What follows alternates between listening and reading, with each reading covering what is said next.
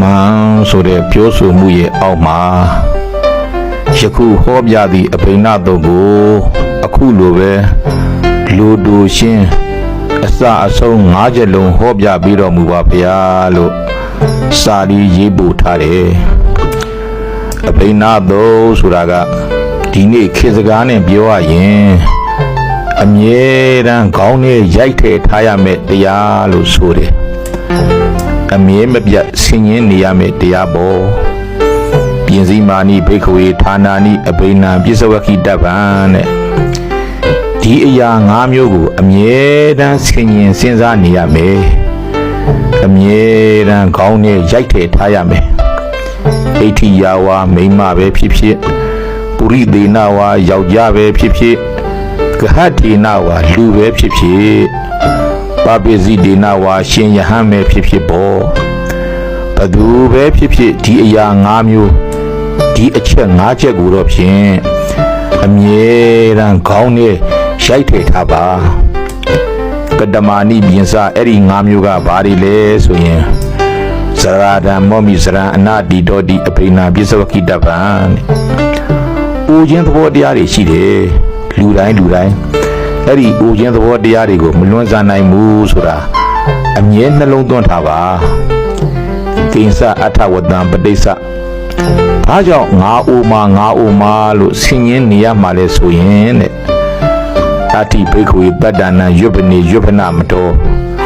လူငယ်တွေဟာငယ်ရွယ်တဲ့အချိန်မှာငယ်မှန်နေထပြီးတော့ငယ်မှန်နေတဲ့ပြီးတော့ကိုမအိုတော့မဲ့မနာတော့မဲ့သူတွေလိုမေ့ပြီးတော့ရှေနမတေနမတ္တာကာယေနဒုစရိတံစရန္တိဝါစာယဒုစရိတံစရန္တိမနတာဒုစရိတံစရန္တိတဲ့ငါငယ်ပါသေးတယ်ဘယ်အချိန်လို့ရတယ်ဆိုတဲ့ငယ်မှန်တွေနဲ့မကောင်းတာတွေလို့မကောင်းတာတွေပြောမကောင်းတာတွေကြားနေမှာဆိုလို့ငါအိုမှာနော်ငါဒီအတိုင်းအမြဲတမ်းကြီးတီးမနေဘူးနော်ငါအိုမှာနော်အဲ့ဒါလို့အမြဲတမ်းဆင်ញင်းနေရမယ်အမြဲတမ်းခေါင်းနဲ့ရိုက်ထည့်ထားရမယ်လို့ဗုဒ္ဓကညွှန်ပြခဲ့တယ်ဒီတိုင်းမှာပဲနောက်ဒုတိယအမြဲဆင်ញင်းနှလုံးသွင်းပြီးတော့ခေါင်းနဲ့အမြဲရိုက်ထည့်ထားရမယ်အရာကငါတနေ့ဖြာတိဓမ္မောမိဖြာတိအနာတိတောတိအဘိနံပြစ္ဆဝခိတပံငါတနေ့နာမှာနော်ငါတနေ့ကျမ်းမာရေးတွေဖောက်ပြန်တာမျိုးယောဂါတွေရတာမျိုးနဲ့နာမှာနော်ဒီအတိုင်းကြီးအမြဲတမ်းကျမ်းမာမနေဘူးနော်လို့အမြဲဆင်ရင်နှလုံးသွင်းနေပါတဲ့ဘာကြောင့်အဲ့ဒီလိုငါဟာတနေ့နာမှာလို့ခေါင်းနဲ့ရိုက်ထည့်ထားရမှာလေဆိုရင်အာရောက်ကြီးအာရောက်ကြမတော်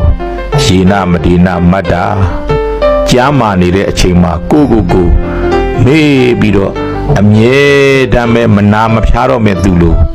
ကြားမာတဲ့မန်နေထားပြီးတော့မကောင်းမှုတွေလုပ်မကောင်းတာတွေပြောမကောင်းတဲ့အတွေးကြံနေမှာဆိုလို့အမြဲတမ်းဒီလိုကြီးမနေဘူးနော်ငါနာရအောင်မနော်မနာခင်ငါကောင်းအောင်ကြိုးစားရမယ်ဆိုတဲ့အသည့်တွေဝန်စေခြင်းလို့ပါတဲ့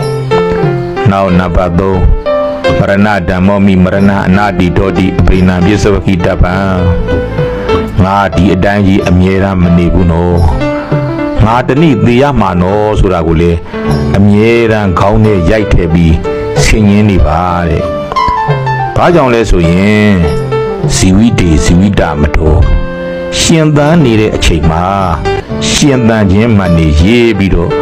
ကိုမသေးရတော့မဲ့လူလိုလောဘတွေဒေါသတွေမောဟတွေအစင်းရဲ့အပူလောင်ခံပြီးတော့မကောင်းတာတွေလုပ်မကောင်းတာတွေပြောမကောင်းတာတွေကြားနေမှာစိုးလို့ပါတဲ့နောက်နံပါတ်4ကတော့သဗ္ဗေဟိမေပိယေဟိနာနာဘာဝဝိနာဘာဝအဘိနံပြစ္ဆဝခိတပံငါချစ်တဲ့ငါအားကိုးနေတဲ့ငါမိဘငါဆွေမျိုးတွေနဲ့လေဒီကွဲတာမျိုးဒါမှမဟုတ်ရှင်ကွဲတာမျိုးတွေ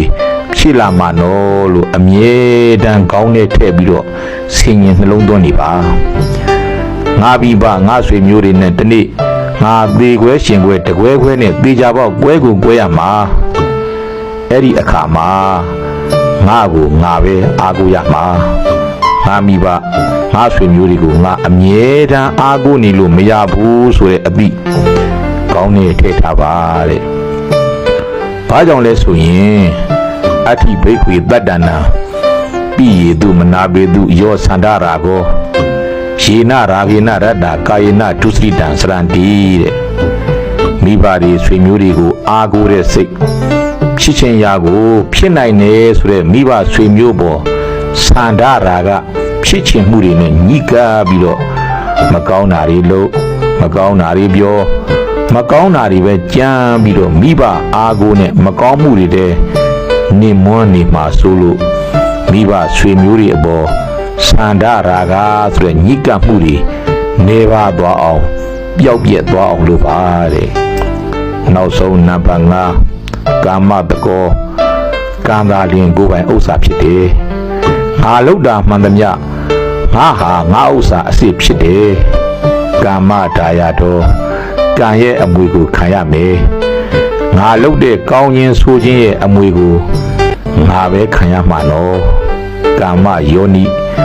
ကံသာလျင်အကြောင်းရင်းရှိတယ်ငါဘဝရဲ့ကောင်းခြင်းဆိုခြင်းဟာငါလုပ်တဲ့ကံတွေဟာငါဘဝရဲ့အကြောင်းရင်းတွေပဲကာမဗန္ဓုငါလုပ်တဲ့အရာတွေဟာငါရဲ့ဆွေမျိုးအစ်စ်တွေပဲအဲ့ဒီလိုလေအမြဲတမ်းနှလုံးသွင်းပြီးတော့ခေါင်းနဲ့ထည့်ထားရမယ်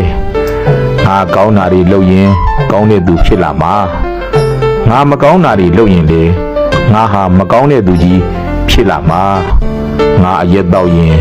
ငါအရက်သမားဖြစ်လာမှာပေါ့ငါဘိန်းရှူရင်ငါဘိန်းသမားဖြစ်လာမှာလို့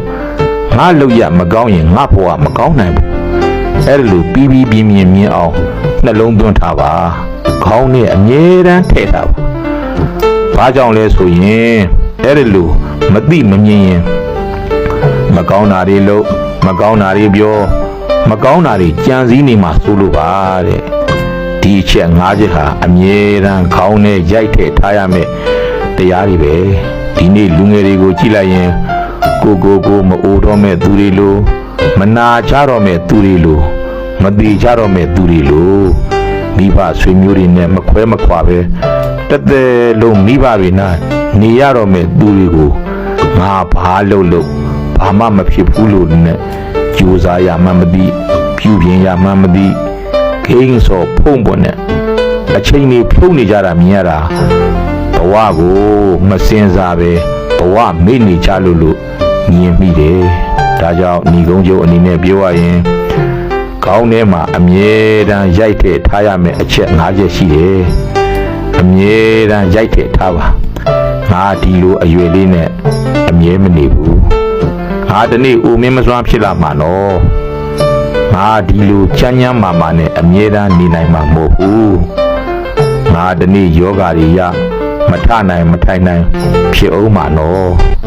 ငါဒီနေ့သေးကိုသေးရအောင်မှာနော်ငါမိဘငါဆွေမျိုးတွေကလည်းငါနဲ့အမြဲအတူနေနိုင်မှာမဟုတ်ဘူးနော်ရှင်ဝဲသေးခွဲရင်ငါကိုငါပဲအားကိုးရမှာနော်ငါဘာလို့ငါလုပ်တဲ့အတိုင်းငါဖြစ်မှာနော်ဆိုတဲ့အတိလေးတွေကိုအမြဲတမ်းနှလုံးသွင်းပြီးတော့ဆင်ញင်နိုင်ကြပါစေလို့ဆန္ဒပြုရင်းပဲညီကုန်းချုပ်လိုက်ပါတယ်အားလုံးကျမ်းမာချမ်းသာကြပါစေလို့ဆန္ဒပြုလိုက်ပါတယ်